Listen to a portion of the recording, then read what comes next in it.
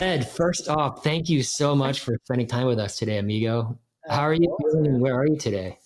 Oh, I am in, let's see here. I'm in sunny Venice Beach, California, in my house right now, and been doing the work from home thing for close to 2 years now, like all of us. Work from home. Well, we were working from home before COVID. I think COVID just ensured that we'll always be working from home now. Yeah, yeah. There's positives and negatives. You miss the human interaction of just kind of running with someone in the office, but it's also nice to be able to just kind of close the door and have some alone time and think. Yeah. I mean, it's nice always having the laundry done, but I do miss seeing people. It's like Yeah, that kind of, like, the office cooler, there is a thing about it. yeah. It is true. Yeah, we Or the the other water cooler, day I should say. The other day, I was like, in between calls, our sink clogged in the kitchen, and I was like going over there and dropping Drano in and trying to snake it. You're kind of like, those like little home distractions don't happen when you're in an office, but hey, I didn't have a clogged sink at the end of the day. Yeah, there you go. Yeah, we had to rush the dog to the emergency room last night, and might not have been able to do that as easy. So yeah, I mean, it has its pros and cons. Kind of pressing rewind. We first met in 2019, and we took a meeting at your office in Santa Monica, and you were really generous with your time and attention. And that office had the most amazing view of the Pacific Ocean. I would have had a hard time getting any work done there. It's funny. A lot of people said that, and I actually felt like it was easier to get work done because it's not, you could look out at the ocean and just be like, oh, like, I'm not missing anything. I'm here. I'm doing work. I'm looking at the Yeah, ocean. yeah, totally. It's incredible. But yeah, I remember that meeting actually really well. And, I think it's like anything in business, and life in general, like you meet these people that you just connect with and you realize that there's something there beyond just a transaction, but somebody you want to be friends with for the rest of your life, regardless of what you're doing in work. And I don't want to speak for you, but I felt that when we connected and was just like, oh, like Kurt, like this is going to be like Yeah, a guy yeah, you're going to know for a long time. I'll never forget one of our other meetings that we had when we were walking along the beach and we saw the Iceman. And you were oh like, my gosh, yeah. We went Wim surfing. That was like Hoffman, one of the right? only times that you got me to go surf in Venice, and I didn't like that. Might have been, you know, yeah. And then the Wim Hof Yeah, Wim with Hoff. Yeah, that dude. some Like, super hot young girl on the beach. I just remember we were walking and you're like, dude, that's the Iceman. And you're like, Rim, dude, just like mad respect. And he like looked at me, he's like, oh yeah, Yeah, thanks, man, appreciate yeah. it. Gave him a high five and a little wink, wink, and he winked back, and that was that. That's too funny, man. I loved it. His Actually, his energy is amazing. yeah, it's incredible. And actually, I don't remember if that's the first time. It's not the first time I ever heard of him, but like it kind of got me interested in him again. And I went home and my wife and I actually signed up for his breathing course and went and we did the whole thing. And it was really intense. Like, I mean, just whoever knew that breathing could be such an incredible experience. Yeah. Yeah. I mean, I do the cold showers when I'm brave enough, and Holden wants to get a plunge pool at our forever home whenever that happens to have in the backyard like Tony Robbins does. Dude, I You know? love a plunge pool. Well, you can get one of those barrels now that you can just Mm. like throw a barrel out there and it's like kind of you know, the makeshift version, but I think that's, it's pretty intense. I did the cold shower thing for a while too. Like now it's all starting to come back to me, the whole routine. Yeah. Well, it gets the lymphatic system going. I mean, that's good. So that's really sweet of you to say that about the first meeting we had at your office. I felt the same way too. And I would agree. That's kind of one of the fun things about the journey of life, and the work that we get to do is we have sort of an open network. So we're not just like, stuck in a closed loop of the same people all the time, like in a like office space with a red stapler. Totally. Yeah. The human interaction is kind of like what drew me to venture capital and like getting to be around all these really smart and talented founders and investors, and really just, being part of a community. I think one of the joys that, myself and my partner Adam have had when we've been starting Impulsum Ventures is getting to kind of like connect with everybody who we've known for over a decade now and say like, hey, this is what we're doing. How can we all grow together? Yeah. Well, I love that. I want to double click into that, but let's press rewind real quick, and I'd love to learn a little bit about your background. So you're living your best life in LA, but I'm curious to hear where you grew up, and a little bit about your schooling. So you went to Occidental, which is a kind of an under the radar school. A lot of people don't know about it, but it's an incredibly hard school to get into. Barack Obama went there, Yeah, right? yeah, that's like our claim to fame. He like played JV basketball and then like went off to Columbia. So, Uh-huh. we had him for I think like a year and a half or something. Yeah, it's in Eagle Rock, right? It's a great neighborhood Yeah. adjacent to Pasadena. Did you grow up in LA? No, I grew up in Palo Alto of all places, and it was really wild to grow up there and look back at it. And you think you're, like anybody's childhood, you think it's normal and the same, and then you reflect on it and you realize how special it was. So back when I was growing up, which was like I was like, entering my early teens in the 1990s, and you know, my next door neighbor, worked for Nintendo and brought over the Game Boy when we were little kids, and like you just saw all this technology growing around you, and going into high school, watching my kind of like sleepy little town all of a sudden become this epicenter of the world where you have like, these people flying in and all this technology and companies being built around you and all this wealth being created, to have that kind of grow. And then for 2000 to hit when the bubble burst and all of a sudden like ghost town and University Avenue, which used to just be a line of cars on the weekend, um, was just nobody was there, and these restaurants that were empty and doors shuttering. And that was really a wild thing to see as a kid and go through that process. So yeah, from there I went to Occidental in LA, and it's funny because I always think about any school that I got into. Like if you put my like, if you put me to try and get into it now, like it never would have happened. Like Mhm. I uh, I ended up going there really on kind of a sense of like it just felt right, and that's something that I've kind of always guided me through life. Is I've kind of always gone off of like gut instinct and kind of you think through things in a logical manner. Like, does this make sense? But also like, is this just feel like the right thing that you want to do? And I had a really incredible experience there. There's about like 1,600 kids or so, so really kind of small campus. But that's what I was looking for. Yeah, what did you study there?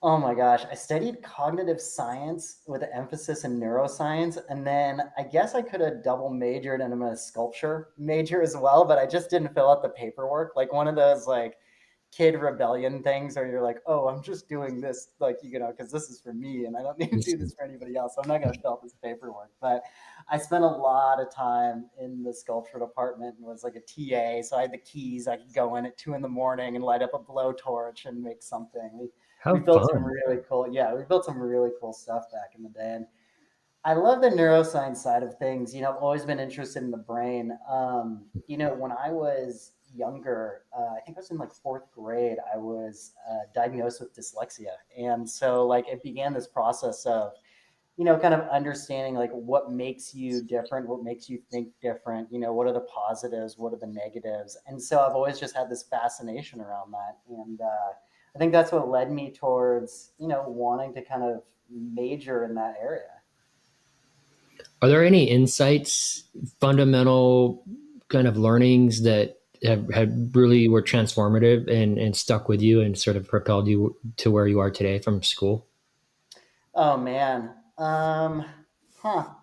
It's interesting. So I went to undergrad at Oxy, had a great just liberal arts education, which I think, the best way to summarize a liberal arts education is what our president said when we first got there as freshmen, where he got up on stage and, he made this speech that basically started out where he said, our goal is to help you guys sniff through the shit. And that's kind of what it is. It just helps you like figure out how you think through things in a logical manner. And then after that, I ended up working for a while and then going to grad school at Columbia. And I actually went to focus on real estate development because that's what I originally started out my career as. My mom was an architect. I thought I wanted to be an architect when I got out of school. I did that for a year. I started recognizing that the person who actually gets to dictate what the project's going to be is the developer. So that's who I wanted to be. Ended up through this roundabout way starting my own eco-friendly real estate development company with a couple other guys, and we did that for a small handful of residential projects, and that got the bug where I was like, I want to learn more. And really the one thing that I didn't get from undergrad was a finance background. And so when I went to grad school, that was the biggest focus. And so when I think about what did I learn in that higher education? It was really just kind of buckling down and saying like, how do you model something? Like, how do you like, make take a bunch of numbers and kind of make sense of this, and how do you break things down into unit economics where you can kind of understand how they grow and scale. You couple that with then just the people that you meet, but taking that foundation and being able to parlay that into the world of venture. I mean, at the end of the day, like, numbers are numbers. A P&L and balance sheet for a restaurant is the same thing that a tech company is using, and if you can kind of look through that and be able to extrapolate some things and see if a company can grow and scale, you know that's kind of the emphasis of like what we do today. Yeah, love that. Yeah, it's the language of numbers in the context of accounting. Yeah. The How was it? So you were at NYU for grad school, right? No, I was at Columbia, Oh, and Columbia. yeah, and it was an amazing program, and I got out in late 2009, and I'm sure you remember what that was like then, but like nobody needed a building built. Like half of Manhattan was empty. And I remember going into the program, and again, like, having that first meeting where you have the dean of the program stand up in front of everybody and say, like, I know you guys all came here to big hotshot developers, but nobody's going to need a building built when you guys get out. And he's totally right. And so I ended up getting out of school. I ended up spending pretty much like all of my savings there. And, going from this level of, uh, like, you're flying high, you're the friend who's in an Ivy League education, you think you're going to get out and just like, job offers are going to be flying at you, to just like nothing. And having to like face the music and being like, I'm probably going to have to move in with my parents for a while. Like, I'm just going to have to scrounge to figure out, how to, make this thing work. And, maybe this isn't necessarily going to be like the path that I go on right now. Hmm. So what year did you do the residential developments? Oh my gosh, that was about 2006 to 2007-ish or so. So about like 2.5 years. Yeah. Did you see the writing on the wall, or what? Like what? Why'd you guys stop that project? I didn't really, actually. I don't think I was like, as sophisticated. I don't think a lot of people saw it as well. The Yeah, stuff I that would. we were focused on was Yeah. this like high end, eco friendly. The projects were in Malibu and Aspen and Sun Valley. And it was really easy to get debt. But I think it's one of those things that's, like everybody, it's hard to see that you're in a bubble when you're in the bubble, when you're on the inside. So when that whole thing just exploded, it's funny, like almost thinking back to like that's the second explosion that I've seen happen in my life. Like, I saw it Yeah. in tech as a high school kid, and then seeing it as, kind of like a semi-adult, looking at like, how this is going to affect my career getting out of school, and in fact really just like, the entire country. um, you look at it afterwards and you go like, oh yeah, this was ridiculous. And I feel like, there's stuff that's happening today in terms of valuations that you're seeing on companies, in terms of crypto and NFTs and all those kind of things, where it's hard to see, where it's all going to go. But there's something that feels a little bubbly about where we Yeah. are. Well, all the digital asset stuff is one investor I follow, Dr. Lacey Hunt, incredible economist, and he says that's all a symptom of excess liquidity in the system, just Yeah. sort of trapped in the financial system and not getting into the real economy. Well, excess liquidity, and then also I think like a loss of faith from also a generation that is looking at what's in the stock market or what happens when you put your money in the bank and you pretty Mhm. much hit like no interest on that. Um, where does the future hold? If you're somebody who's looking at how do you afford a house in California, for example, like you kind of have to go big because like otherwise, like what are you gonna do? Like it's like if you think about the way putting stuff into bonds and that kind of thing. It's like just yielding nothing compared to what it used to be able to do. Yeah, yeah. Well, the bond trade was an epic trade from the early '80s till a couple years back, but that trade is there might be two more little puffs on it, but you know that yeah. I mean, we live in a new world. You can't do that sort of 60-40 stock bond split anymore, really. So Yeah, to your yeah, point, yeah. um, It's wild, like seeing just like the way that people are kind of, and also it's like it's hard to it's hard to not get swept up in it, right? Like you read these stories about people becoming millionaires overnight, and you go like, wait, like they did this because they were just like hanging out on Reddit. Like, they're in the right Discord channel at the right time. Like mhm. it kind of almost feels like this thing that if you're not paying attention to it in some Yeah, it's a lot capacity, of like you're FOMO. just Yeah, yeah, you're just almost like kind of like, just sticking your head in the sand. yeah, yeah. There's well, let's do this. I think that's a great segue into your investing career. So, when I met you, you were at a very respected, sort of under the radar firm, and were there for a long time, like 8 years, right? Yeah, 7, 8 years, man. I learned just a ton from that team over there is really incredible. And, when I started with them, they were like this, they were a $30 million fund and they grew into, over $1 billion now. And just to have a front row seat on, how that is done has really inspired me to start Impulsum with my partner, Adam. And it's interesting because what I've seen over my years too of investing is like I don't know if you'd call it like a cyclical nature, but I remember when I first started and like valuations felt like they do now, where like everything just feels like kind of like overinflated and high. And there's kind of everything started normalizing over time. But then also I would say there was another shift that happened where we saw, a unicorn, which like seemed like this thing that was unheard of. Now that almost feels like it's like the benchmark that like Mhm. everybody's like looking at, and like the decacorn's like, oh, that's like the really big win. And I got to see a few companies kind of grow and scale over there. So, seeing that kind of happen over time, really just, inspired me to, find a good partner and build something unique that we felt like not just could be like a good vehicle for our LPs, but something that could really be helpful to the overall venture community. Mhm. Yeah. Are you able to comment, like in your investing career in totality, how many sort of deals you've been involved in?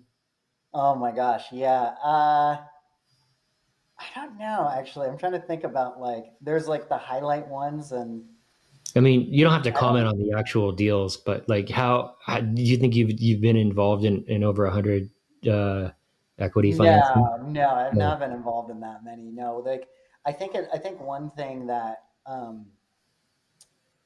well, I'm trying to think of like the right way to say this here. Um, like I've always like learned to take the approach of like being very patient, being very kind of like, not a spray and pray model, but a very much like concentrated look where you look at a lot of different opportunities. And then when you really feel like you found the right one, working on making that transaction happening or Yeah. making that transaction happen. And so like, the approach that Adam and I are taking with Impulsum is really around this idea that like we are going to look at a lot of deals. We're going to focus on the things that we really understand well, like being, consumer healthcare and fintech, all, looking at this from kind of the digital aspect. Um, but really kind of honing in when we truly understand something, we understand the pain points that they're solving, and we feel like we can actually be a good value add partner for them. Yeah. Well, why don't you catch us up on what is Impulsum, spelled Impulsum for the audience. What is it, and why do you guys start it? What's the thesis, stage, check size, kind of like your kind of LP pitch and a elevator pitch? Yeah, I'll give you a little bit longer version because I think this is kind of fun. Cool. So Adam is somebody who I've known since undergrad, and What's Adam's last name? Adam Neff. Um, Adam and I were actually roommates in this off-campus house, and it was like one of those houses that you'd see in a movie where it's like seven guys living there, and there's parties every weekend, and we had a skate ramp in the backyard, and we had a stage, and it was just this really fun place to be. And he was a year behind me, so as I went off and started doing my career, he started his career, and he focused 100% on tech. And actually, he like his first job out of college was a startup that he and some other guys came to create. And it was actually one of the first kind of apps to go onto the Facebook platform. They kind of, through a random circumstance, ended up becoming buddies with Mark Zuckerberg, and they started this company called Causes. And so anyway, so like while I've been on the side of venture for many years, Adam has been an operator, and he and I reconnected about 3 years ago through the community here. And he didn't know I was in tech. I didn't know he was in tech. And we did what like kind of old buddies do. We got on surfboards and we went out in the water, and we started surfing together, and we started talking about our two worlds and how we view things, and him from the operator and me from the venture capitalist, and started spitballing the idea of like what could we do that would be different, and what could be better, and what could be a real value add to what we see that's out there right now. And what we came up with was our model for Impulsum. So it's not just kind of combining my experience as a venture capitalist and his experience as an operator. But a couple years ago, he also started a development studio that currently has now about 30 engineers, designers, and developers. And we really focus on complex spaces, being healthcare, fintech, some consumer as well. And what we realized is that, if we created an investment vehicle that focused in these areas, we could not only, do a good job of vetting these companies, from a venture lens, but also this kind of, detailed kind of, operations perspective. But then after we invested in them, we'd be able to, actually add value, like using this development studio. So we'll invest anywhere from the low end 250 to the high end 750 in each company. We kind of say we do pre-series A. I think like, we've seen that everything's a little bit muddled, and then, you could have a pre-seed round that's 20 million, or you could have, a series A that's 5 million, and it all kind of like is in between. But so what we really look for when we invest in these businesses is, operators who have a real kind of deep understanding of the space that they're in. And again, like, I'm always looking at things through my venture capital lens, and I think that's a great way to do it. But also having Adam's operations experience and really being able to sit down with the founders and talk about things on a technical level, whether that's the tech stack that they're using, or if they're doing things on payment rails, or how you make people's personal data HIPAA compliant, all those kind of things. We really have a good grasp of, and I think it's really appreciated by the founders that we meet with. um, I see their eyes kind of light up when Adam starts talking, kind of really detailed to them, because he gets the pain points that they has, because he's built companies He's been executives at other big companies that have had really strong exits. And then through the development studio, we build constantly. So we know what the latest technology is. We know what's happening right now, and being able to advise companies with that information is, so far been really, beneficial and resonated with people. Yeah. And then how do you guys structure your deals typically? We typically have, so far we've just done price rounds. Hmm. But we'll do convertible notes in the future, and we'll do safes, and kind of having this studio element as well. I think we get mixed up to being like a venture studio, which like we're just not. That's not kind of like our MO. Like what we really think about is them as kind of two separate entities, in the sense that if we write a company a check, we'll be there, and we'll be there to help and advise them. But if they really need some like heavy work done, essentially we'll say to them like, okay, look, we understand what you need. This is what, we have these resources on the studio side. This is how much it would cost for you guys to do this. And essentially we give them a pretty significant discount to that. And so they kind of look at that and they say like, okay, like here's somebody who has an equity piece in our company, who's really going to be driven to actually make sure right decisions are being made, and at the same time like is essentially taking a cut on the studio side to make sure that like our burn stays as low as possible. And the big thing that we talk about with our companies as well is like we want to be in there to help fill the gaps for it. So like we don't expect that if someone needs help on the studio side, we're saying like, hey, you guys should be hiring for this internally, but until you're able to find those right people, like let us bridge that gap for you so you guys don't have to slow down your development. Yeah, so that's a great distinction. I was sort of working under the assumption that it was a venture studio, and that was sort of you guys are putting some equity, sweat equity, I guess. Like my last gig at Coplex, that's what we did, and Right. that's a tough model. I mean, getting into that world, like there's only a handful of venture studios that have actually really made it work. Yeah, I think it's a really difficult model. The people who have made it work, like hats off to them. It is a really tricky thing. And some of like, the best companies that we've seen recently in kind of the last couple of years, like Snowflake and Carter, for example, like came out of that as well. But for us, we really felt like we wanted to be value add from like kind of a knowledge based standpoint, and then know that we can kind of accelerate things when needed, but not have to be kind of sole responsible for building. I think that that's just a really complex model to get into. Yeah. So you guys are doing work for hire through the studio as a separate entity, and you basically is almost kind of wholesale time and materials to the portfolio companies. Yeah, you nailed it, man. You need to start, like, you say it better than I do. Yeah. Okay. Cool. And then what are some of the so I know you guys are brand new, Impulsum. It's a new thing. Have you guys done any deals yet?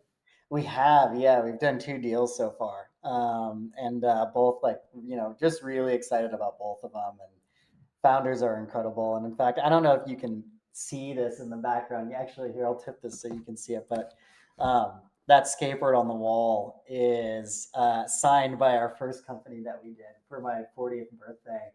And it says, couldn't be more stoked to be living the dream with Impulsum and Care Connection, Alex and Cause. Those are the two founders. And Oh, I think I yes, know those guys. They were on the surf trip with us. they were on the search of, and in Yeah, fact, like you Alex might is know on the Alex like a little bit documentary. too well. Those guys are awesome. So can you tell the audience about the what they're doing? Yeah, so Care Connection Networks is in the remote patient monitoring space. And so the simplest way to think about that is like, now doctors, if you have a chronic condition, a doctor might send you home with, something to take your pulse with, your, check your glucose levels, your temperature, your weight, Mhm. all these kind of things, all these random devices that people are getting sent home now. And the doctors are using these things to monitor patients. So what happens is when you take your blood pressure at home, that information, flies over to the doctor's office and gets viewed on a dashboard that then they can look and see like what somebody's vitals are. And if they see anything that's out of whack, they're able to, call the person or have them come in. And that software is what Care Connection is. So what they enable doctors to do, which is really incredible, and a kind of change in our whole healthcare system that's happened over the last couple of years, is doctors are able to bill Medicare and insurance now, for monitoring people at home. So this is like a whole new way for somebody to run their practice. So it's one of these kind of like wild triple wins that you see every now and then, where patients are getting better care because like they're getting monitored on a daily basis, or a couple times a week. Doctors are able to provide better care. They're able to get paid for this time that they're spending, looking at this information. And then insurance companies, love this as well. It really prevents people from having catastrophic incidents. Like I got a text from Alex, one of the founders, the other day, like just like pinging me. He's like, "Dude, we saved someone's life the other day." Like like that's like a real thing that happens. And this is like the kind of trend that's happening in medicine these days, where it's preventative. It's not about like, oh, you're having this issue, come in and we operate on you or take these pills. It's like, what can we do to prevent you from having these kind of long-term health conditions that can really affect you over your entire life.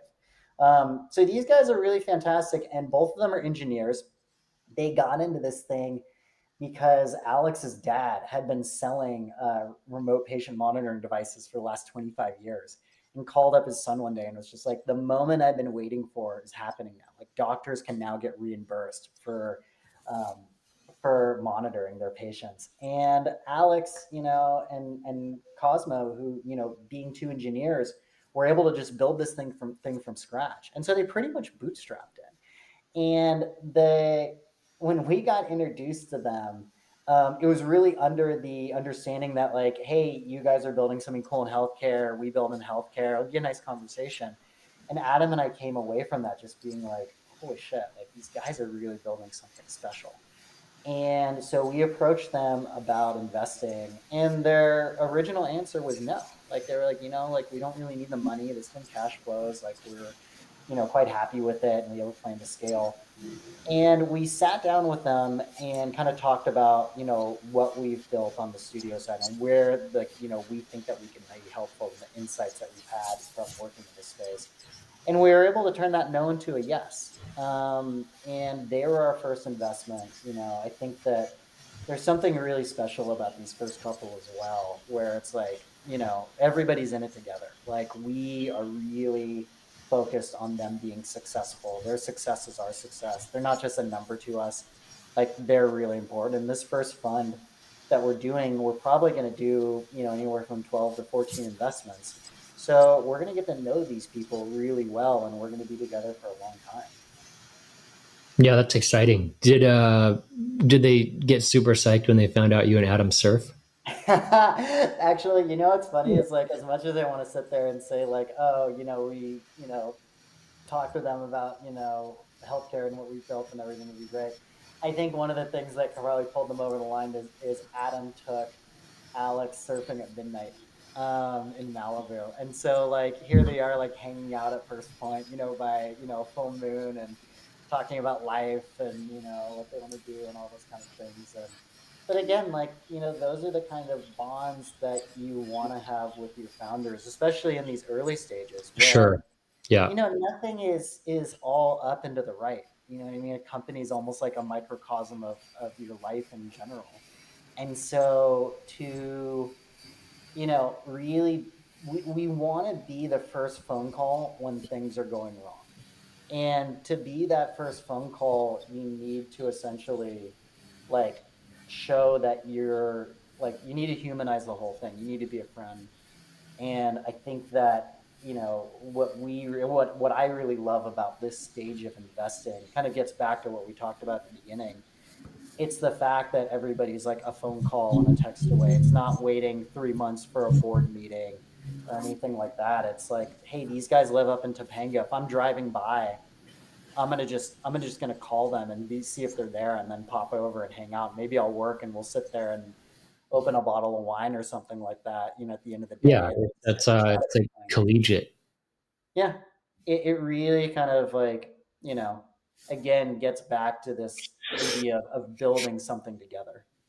Yeah, love that. Well, it sounds like it's a good fit, and yeah, that's cool. And they're those the guys that gave you the skateboard. They're the guys who gave me the skateboard, Yeah. and then we completed our second investment before the holiday, and that was in a company called Nostra.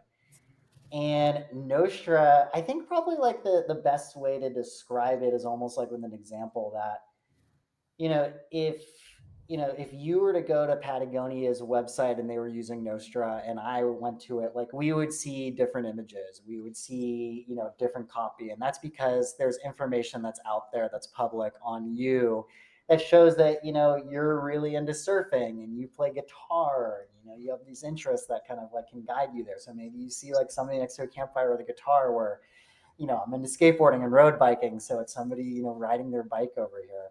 But essentially, what it does is it makes it so it optimizes conversion for whatever website's looking for, whether that is email conversion, whether that's Mhm. people checking out, and it does this through artificial intelligence.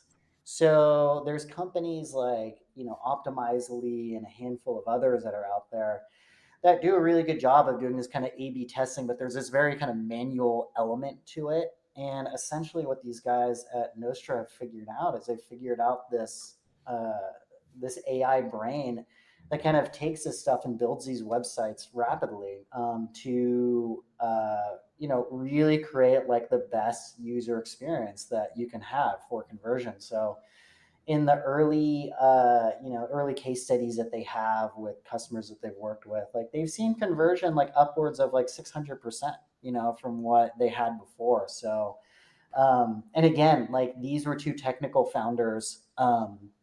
They built this thing from scratch themselves.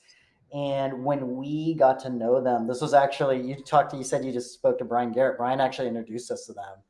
And he connected us because he knows that on the development studio side, like we do A/B testing for people and stuff. So we had our team look at this, not letting them know that this is something that we actually would be interested in investing in, but just like, what do they think of this as a product and would they use it? And they absolutely loved it. And so Adam and I got to know the founders better, and really just got this kind of really understood that they have this genuine approach to what they were doing. The market size itself is massive when you just think about the dogfight that's out there right now for e-commerce sites to try and get their CAC down and get their conversion up, and just like really like anybody who essentially has a website that they're trying to get somebody to do on there. Nostra is the engine that can help do this. And those guys, it was a really competitive round. A lot of people actually got pushed out, but what the reason why we were able to get our allocation, I think, again, kind of came back to this fact that then we were more than just capital. And because we're somebody who could actually use this product as they're in the process of, building out their platform, we're essentially somebody who can look at this and be like, this is what we would need. This is what we would want on our side. And because we have a bunch of really great, designers and product people, we can even help them in terms of like, how do you build this thing out? And so, uh, again, like I think in this day and age, to be an element, everybody's trying to figure out how they fit in, what is their value add, how do we differentiate yourself from somebody else? Our thing is like, we have this studio and we have this operations expertise. And so we become a really kind of unique addition to any cap table. And I think like is a really good complement to the other kind of great value add things that a lot of the other venture capitalists are doing. Yeah, I can appreciate that. The thing I love about Nostra too is we're kind of moving. It seems like it's a even more valuable to market that might not many might not be aware of is all the data privacy that's happening with the California Privacy Act, the Yeah. CCPA, and it's sort of copying some of the stuff that happened in Europe, the GDPR, right? Where and we're going into this new world of the cookieless web where a lot of that sort of tracking is going to be harder. I wonder. It sounds like they're using some of it to their advantage, but I wonder if there's if how if they're going to be able. I mean, if they can improve conversions that great, that's incredible. Have you talked to them about any of that stuff? Yeah, and the bottom line is like, even with kind of shifts in data privacy and that sort of thing, they actually, are still able to do an incredible job in terms of customizing websites for people. And Yeah.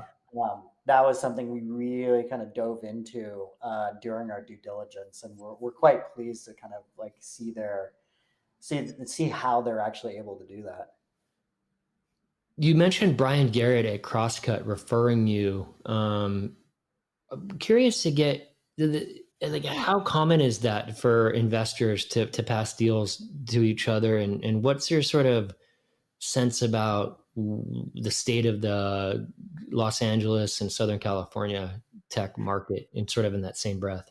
I think it varies from fund to fund. Like, some people, for us who's, first time fund, our total fund is going to be 10 million. Like the reality is that probably 90% of the deals that we do, we're going to be doing with somebody else, right? Because seed rounds these days are anywhere from 3 million to 5 million. So you have some bigger funds that, basically like their biggest issue is like, how do I deploy my capital in an efficient manner? So like, they might be kind of taking down entire rounds. But, I'd also say on the flip side, there's, bigger funds out there as well that actually still love co-investing with people, because I think there is this idea that if you're bringing more kind of smart people around the table, people who have different skill sets, it only kind of accelerates the business's chance of success. So, one of the things that I've seen in the LA ecosystem, over the last decade, is you have seen there be more capital in here, but I still think we're in those early stages where the rising tide raises all boats. So it's not as much of a, kind of battle for positioning and that sort of thing. And also like getting to know people over this period of time. I think it's something that you want to have like certain people around you in certain businesses because you just know that it's going to bring so much to the table. Yeah, I can appreciate that. Plus, a bunch of us surf and skateboard too, so that's fun too. It is always fun. I mean, I think we have like a good, community of people just kind of like outside working together, which is a lot of fun. And I just really, I appreciate it. I think that, anytime that we do a dinner or, anything like that, where I sit next to somebody new, like you're always just kind of finding, almost like feeling like a new friend that you're going to know for a long time. Yeah, I appreciate that. And then, out of curiosity, you did you skate competitively? I just I did actually. Yeah. So I got sponsored when I was 13. And it's always been something like, have you heard of that Japanese concept ikigai? oh yeah, ikigai, of course. Yeah, You're probably saying it ikigai. right. I'm not saying it How do you wrong. say, is it ikigai or ikigai? Like I don't actually know. I hear it as ikigai, but or ikigai, but you're probably who knows what. Let me see what Google says. You keep telling the story.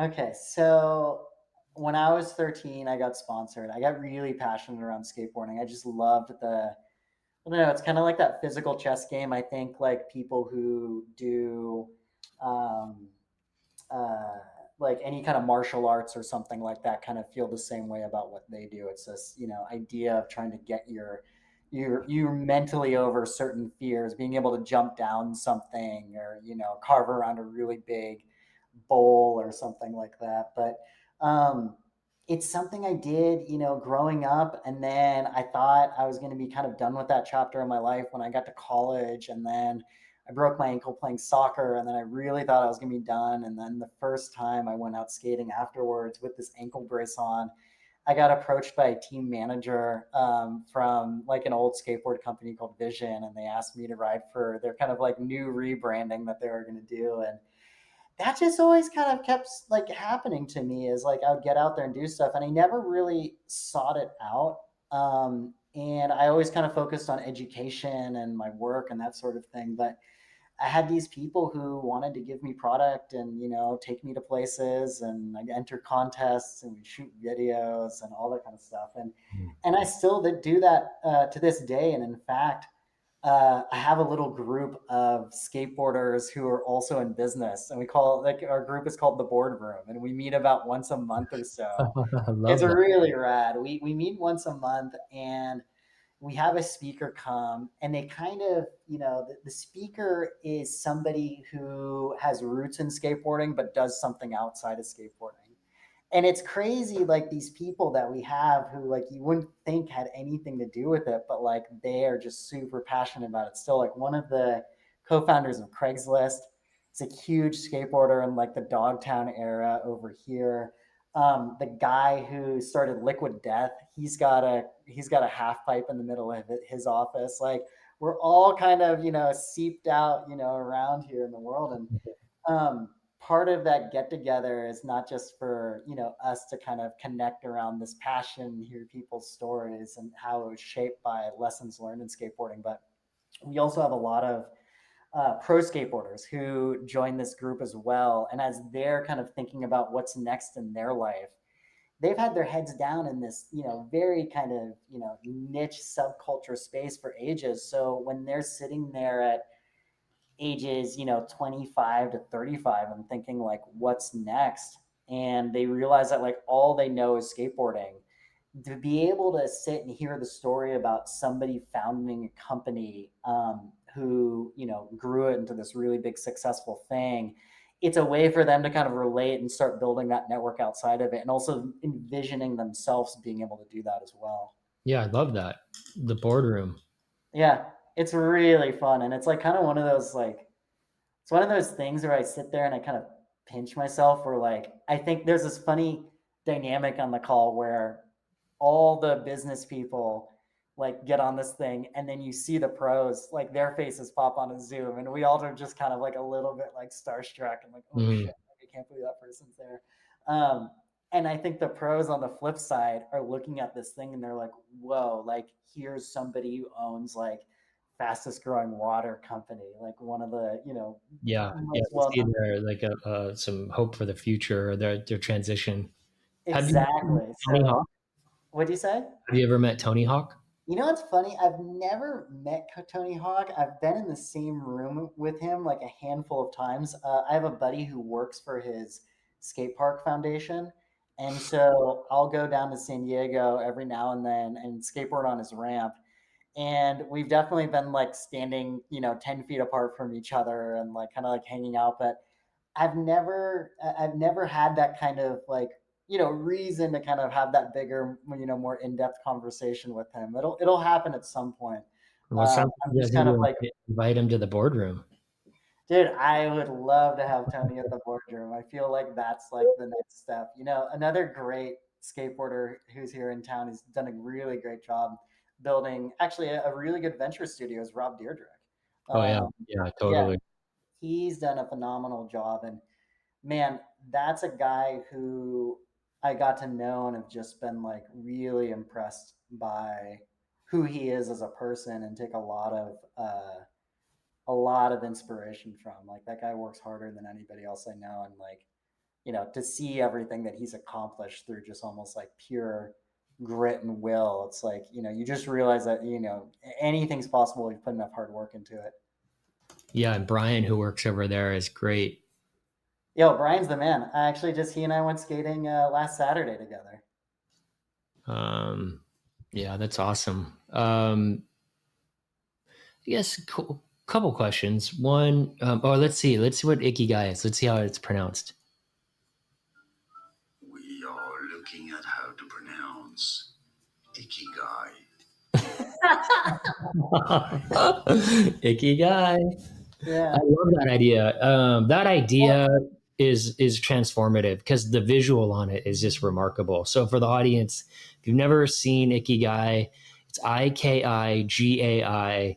Stop the recording right now and Google it and go to Google Images. It's basically there's the four concentric overlaps of let's see here. I'm going to do it right now. the overlap of these circles, and it's what the world needs, what you love, what you're good at, and what you can be paid for. And it's interesting when like attorneys, right? Like they have a profession, they're good at law and they can get paid for it, but it's oftentimes there's an absence of what they love doing. Artists often are like what the world needs and what the world what they love, what they're good at, but they're not getting paid. So ikigai is like that bullseye between all four of those circles. But I think there's also kind of another element to it that, like, when I read the book, it kind of talked about like people having gardening be like their ikigai.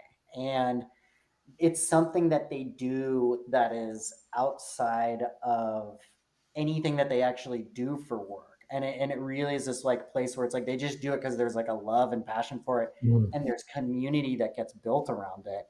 And then at some point in their life, that can transform into something that they can actually like make money doing. So you can then take your vegetables and sell them at the local farmers market, or you could be a painter that eventually, sells your painting, or you write a book. But I think a big when I think about, when you talked about earlier about skateboarding being my ikigai, I think of it as something that like connects me to being present and being focused, and then to almost like be able to shut out all kind of other, distractions in the world, and have that kind of zen moment of just being right there in the moment.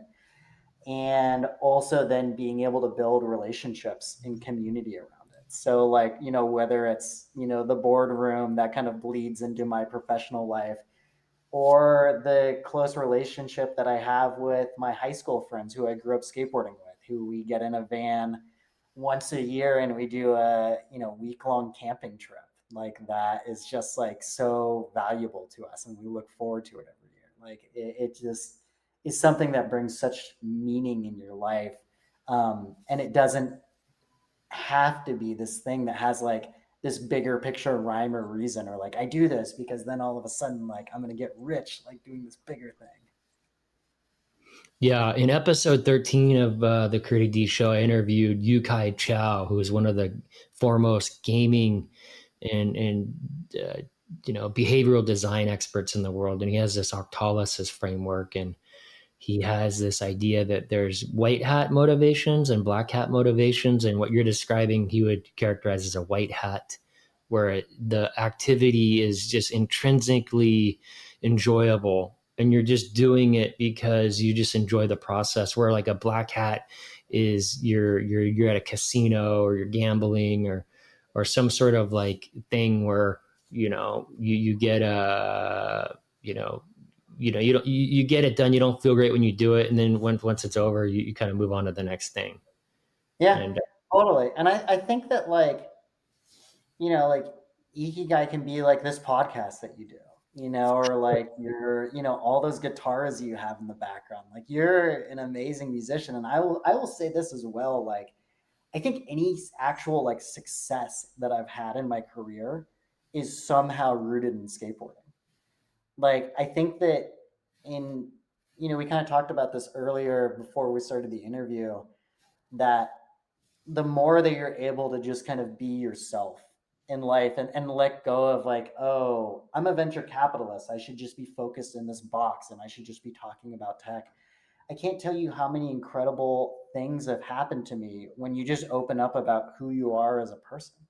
And I think about like, I know you and Alex from Care Connection, like when you guys got back from that surf trip together, all he was saying is like, he's like, oh dude, like Kurt, me and him like jammed. Like that was so much fun. Like we had such a rad time. Mhm. You have such like, that connection that you created with that person around that thing is really kind of like what it's about at the end of the day. Yeah, I get with that, and I mean, and that's good business, right? The relationships have trust, and the transactions come out of that, and you're going to do a good job, deliver the goods because you're accountable to the relationship. Yeah.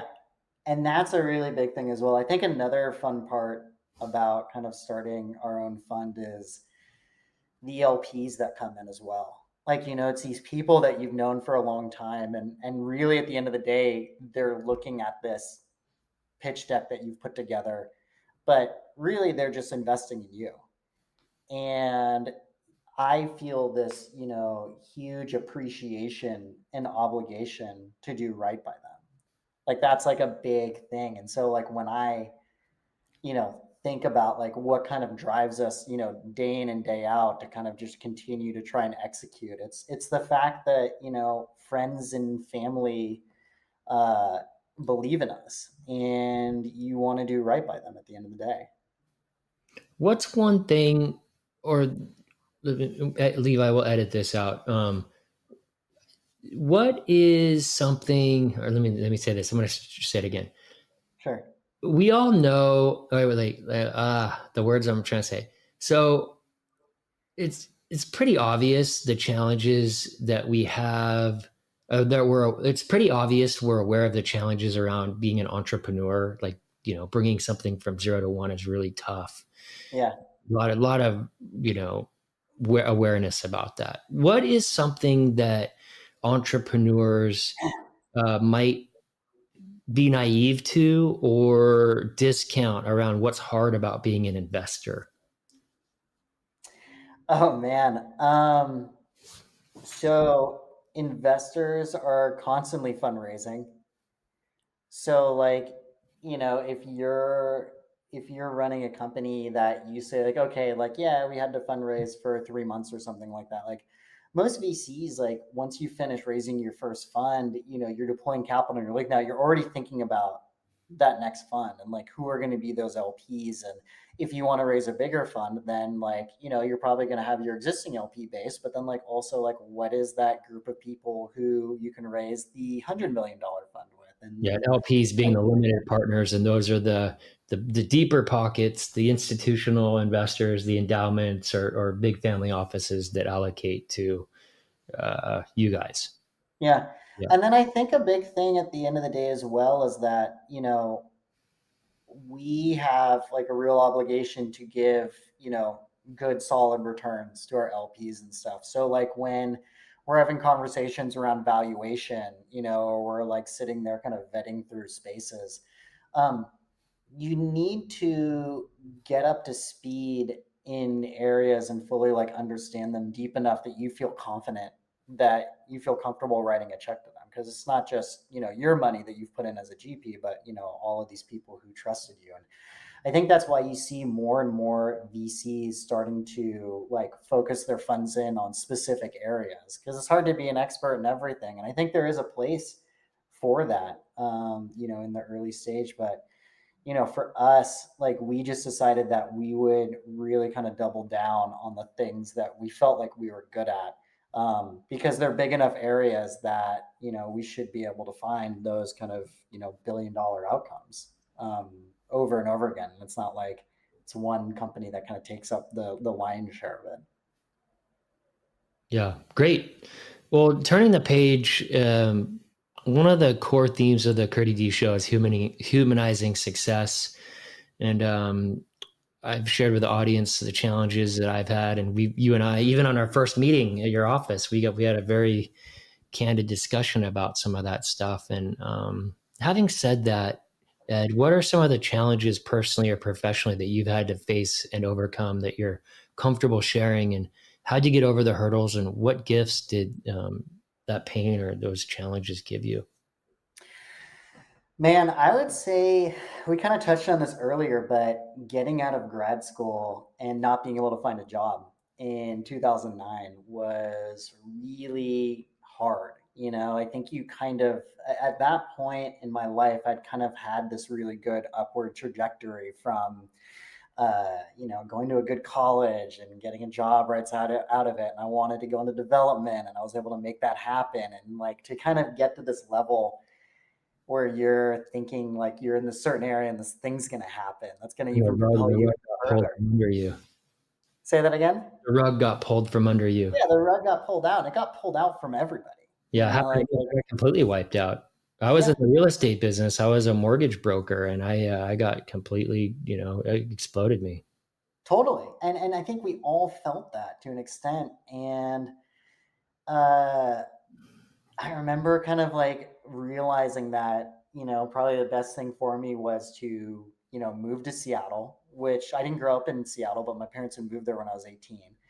Move there, like, live with the parents, save up some money, and start kind of thinking about what's next. And I kept focusing on real estate for a while, and it was actually what led me into venture capital was my dad actually, he kind of had this, he has this like kind of quasi investment bank, VC type arm that he does, where essentially like he invests with like a handful of his friends and companies, and then he'll sit on the board and he'll help those companies kind of grow and scale. Maybe he'll be the CFO for a while or something. And again, this comes from him having 4 to 5 decades of working in technology. And there was a couple times like I go into his office, like they basically gave me the closet, and I'd sit in there and I might just like grind on spreadsheets or whatever it is that I was getting paid to do. And every now and then he'd have these meetings where he'd say like, hey, can you join me for this meeting, or do you mind looking this over this, I'd love to get your opinion on it. I remember sitting there with him and being like, Dad, like I really like this venture capital thing. Like, I like, how do I become a venture capitalist? And he was like, I have no clue. He's like, I don't know how I became a venture capitalist. And like, he kind of like, outlined, he's like, it's either people get hired right out of school, or you do a really great job, like, you become an operator of a business, and then, you're successful, and then, you get to be a VC then. And or you have a lot of money. And he's like, I know you don't have a lot of money. You live with me and Mom right now. And yeah, what'd you say? Because he's teasing you that you're mooching off him sleeping on his couch. Totally, exactly. I'm sleeping on his couch. I'm using like his closet as an office. And I just kind of got in my head that I was like, I'm gonna figure out how to get into venture capital. And I think there is this weird thing. I don't know if those like vision boards actually work or anything like that. I've never actually done one, but like when I've kind of in my life honed in on something and said, this is what I want to do, I've always been very kind of open with the people around me about that. And I think that, again, kind of getting back to this idea of community helping each other, it's like when people who in your life like want to see you succeed, they're willing to kind of put themselves out there for you. And that's how essentially I got connected to the guys at Anthos in the early days. And again, I think that they brought me in because of this kind of weird, unique skill set I had from being really understanding a lot of these subcultures around, from my youth of growing up skateboarding, and then having this kind of finance side that I was able to garner from my time in grad school. Mm-hmm. That's great. Yeah. There you go. It's like you pull up, you sort of had that sort of happened with me with tech too. I think tech is pretty open in general as an industry. And I sort of had a vision for what I wanted to do, got clear about my requirements, and trying to pull the thread, and this whole thread opened up a whole new world. And it just like, it's been pretty magical actually. Yeah. And I have to Hard say work. too, I think that like another kind of thing in life is that um that year that I spent at home with my parents was really special. Like, as much as like you can sit there and you could look at it and be like, oh, it was a step backwards. Like, I just really appreciate that I got to spend that kind of quality time with them, like as an adult. Mm-hmm. And the amount of, how many dinners do we have left together as a Yeah. family with our parents, Yeah. and I got a full year of that. And I really saw this kind of genuine love and support from them in a time that, felt really tough for me. But they never lost faith in me. And like, I never lost faith in myself. And we have a lot of really good memories from that year. And, you get older and you just kind of like think about what really matters at the end of the day. It's, how you spend your time and who you spend it with. Yeah. Well said. Awesome. I really appreciate that. That's soulful. Yeah, you had probably had 40 more dinners with him that year.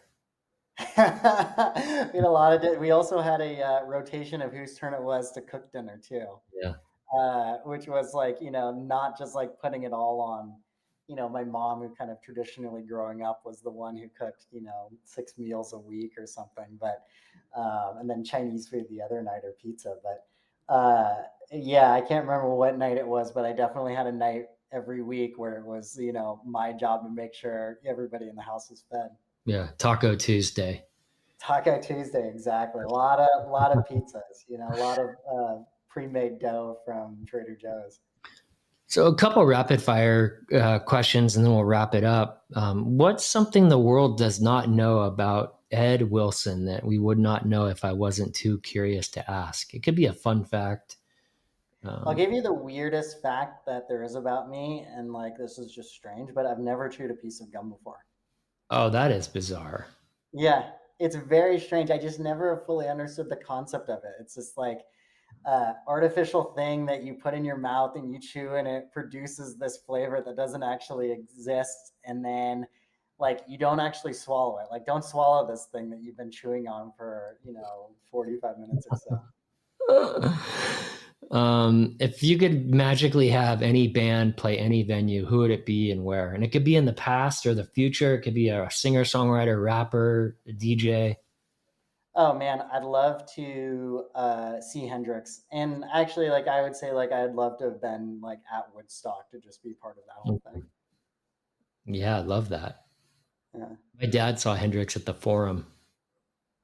I Said it. just think that, I mean, you know, this young kid who taught himself guitar and like taught himself in reverse, like, just like, and flipping over the strings, like everything's just so crazy about it. I remember reading his autobiography and just like, he was just a musician, like a pure musician at heart, where it's like, it wasn't about the money. It wasn't about anything else. It was just like, I remember this one story when he like first got paid, he just walked around literally just handing out cash to people who had helped him out along the way. And I don't know, man, there's just something so incredible about somebody who is so talented and is able to kind of like really change the genre in a way where it's like, just, I feel like very few people have done that since. Yeah, he definitely flipped a switch. All the pun intended. Yeah. Yeah. Yeah. What could so final couple questions. How can our audience be helpful to you? Oh man, we're open for business. Like, we want to meet great founders and invest in great companies. So anybody who wants to send me an interesting company, or you're working on something interesting, it's ed@impulsum.vc. Yeah, and if you don't get a response, send an email to me and I'll forward it over. But Ed, you're Yeah. usually really responsive. So I try to get through my inbox every single day, and some days I am more successful than others, but I try to respond to everybody who writes me, and that includes kids in school who are looking to get into venture capital or just need some advice. great. And then are you active online on Twitter or Instagram or any of that? I'm not. I don't do any of that stuff, Mhm. and I probably should, but I've always really enjoyed the kind of one-on-one connection that we can have with people. I'm probably like one of the few people who, like, if you ever call me, I will pick it up, and like I will, if I have a question for somebody, like my first instinct is to just call them and chat about it for a bit. Um, I've never really gotten into the whole like kind of I don't know. I've never really gotten into the whole like Twitter thing, or even Instagram is like a very, my Instagram is actually, I have an account that is private to me, that I essentially use as like a daily journal. Cool. Love that. Yeah. Yeah. But like nobody else knows about it. Like, it's not shared with anybody. That's one of the things I love about the show. I get to learn all this stuff that um, I'm gonna some. take a picture of you. This will go in my like journal entry today. If it was like, I think a thing as well, like, we kind of talked about like entrepreneurship and stuff, and like I really like, I think that thing that also, like, I love about speaking to founders these days is like we're founders, like, with Impulsum. And so like I think there's a level of us like kind of understanding each other and like a, deeper level because we're all going through it together. But there's so many kind of like highs and lows and ups and downs and fires that you need to put out and that sort of thing. This whole journal that I have on Instagram is really about these, like, what was the special moment of the day? And I think it's really easy to get lost on like, oh, this one thing happened that, like, I didn't like, and you start fixating on it, and it can be like, really distracting when you forget about the, five other things that were really positive. Yeah, my word for 2022 is abundance, and it's all about, just believing that it's all taken care of and it's flow and let go and Hakuna Matata, and just Yeah. yeah, it's all good. My grandfather had a saying, and he didn't make this up, but he'd always say, the harder I work, the luckier I get. And I think that's just like venture capital and entrepreneurship in a nutshell. Like, if you get up and you put in the hours every day, um, something good will happen. And it'll probably be different than the thing that you thought was going to happen. Ed Wilson, you're a scholar and a gentleman. I really have enjoyed becoming friends with you, and I'm excited to continue the conversation and appreciate you. And I'm really excited to see what unfolds for Impulsum. Thank you so Uh, much. Thank you so much, man. I really appreciate it. Let's get out in the water soon. You.